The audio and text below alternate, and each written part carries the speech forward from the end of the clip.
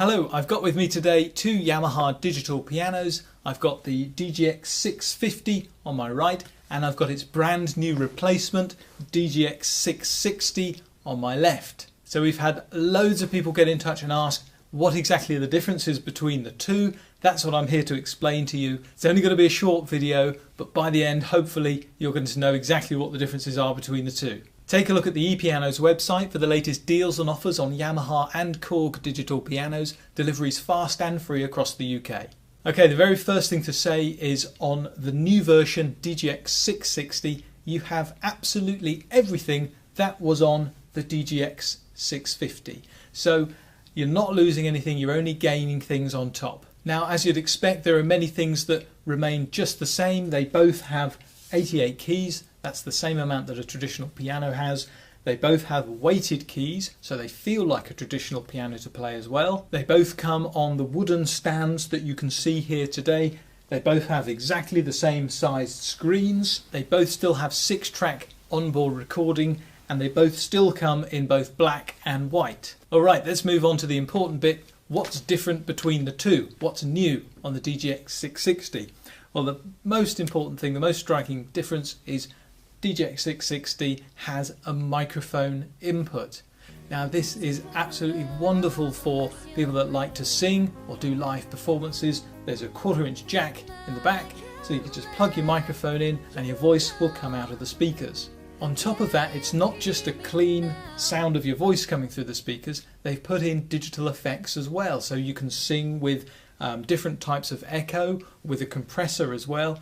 It's quite well thought through and the effect is very, very good. So number one, it's a microphone input. You can play and you can sing through the keyboard at the same time. A nice little extra feature is that you can actually record your singing onto a USB stick that's plugged in the piano as well. And you can either play that back through the piano or you can email it to someone or put it on a computer. So that's the first and probably the main difference. You've got a microphone input on there. The second thing is a nice little feature called Piano Room. Now this is, if you look at the DGX and you just want to play piano on its own, there's a little button next to the screen called Piano Room, and you press that and it gives you a whole different array of pianos to choose from. You choose from different backgrounds and it's quite nice that you can actually just have a quick push button on that screen and you can record yourself and play it back. Again, you can record your vocals over the top too and play that back. Just very quickly, minor technical improvement that they've done is they've improved the polyphony number up to 192 now. It was 128 on the DGX650. Now for your average piano player this isn't going to be a great big thing, but it's good that they keep improving this and the technology filters down from the better models. So it's up to 192 now, and that essentially means that it's a better, more sensitive, more capable instrument. Now the next new feature on DGX660 is, for the first time, we've got wireless connectivity. Now why would you want wireless connectivity, you might ask?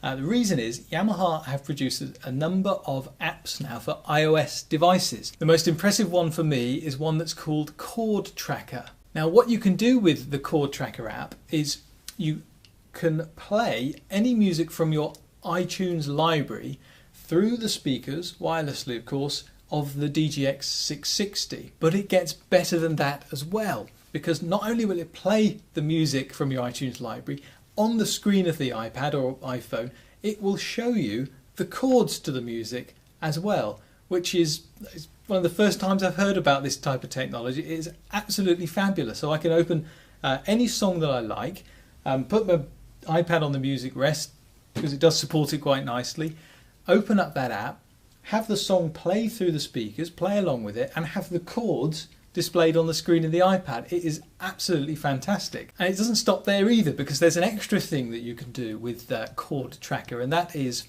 you can then send that song to the keyboard, which means that the keyboard will take the tempo and it will take the style of music and the chord structure and it will play back through the piano using the onboard backing tracks at the right tempo with the right chords, and it'll even show you the chords on the screen. But of course that will then be missing the vocal line, which will then allow you to use the new microphone input to sing over the top.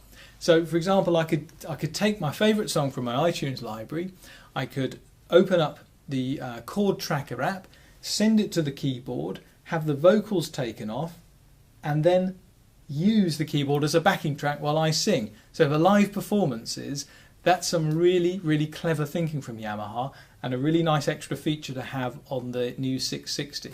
Now, a couple of extra things about the chord tracker, which you might tell I'm quite impressed with, is if you don't read music and your chords don't mean much to you, there's a nice little feature on it where it'll actually show you a picture of the chords as well, so you know where to put your fingers. So there is an element of a tutorial in there as well, which is quite nicely thought of. And the other thing I want to mention about it is there is something called a melody suppressor on it, which in theory is supposed to allow you to use an actual backing track. So I could put, let's say, an Adele song in there.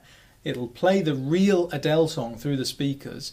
If I press melody suppressor, in theory it should take the vocals off and allow me to sing over the top of the real backing track. Now, the reason I'm saying in theory and sounding a little hesitant about it is it's not always 100% perfect, this technology, in my experience, but sometimes it does it very nicely. But you probably have to trial and error with a few different songs, see which ones work. But if you're singing loudly over the top, you're probably not going to notice if Adele's voice has just been minimised to a lower volume. So the differences between the two, although they're not absolutely revolutionary, you might not expect that from a new edition anyway, it's very positive for me because it means Yamaha are quite forward thinking and they're getting involved in iPads and iPhones and using wireless technology much more. It's a very positive thing.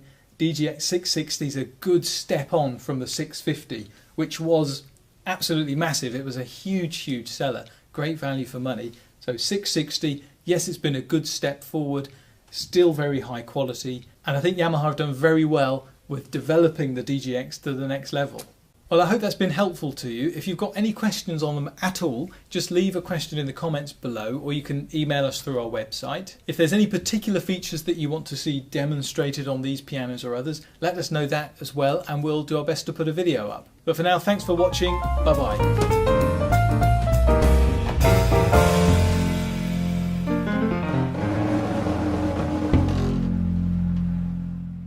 So I've got with me today two Yamaha digital pianos. I've got the DGX650 on my right, and I've got its brand new replacement, DGX660, on my left. So we've had loads of people get in touch and ask what exactly are the differences between the two. That's what I'm here to explain to you. It's only going to be a short video, but by the end, hopefully, you're going to know exactly what the differences are between the two. Take a look at the ePianos website for the latest deals and offers on Yamaha and Korg digital pianos. Deliveries fast and free across the UK.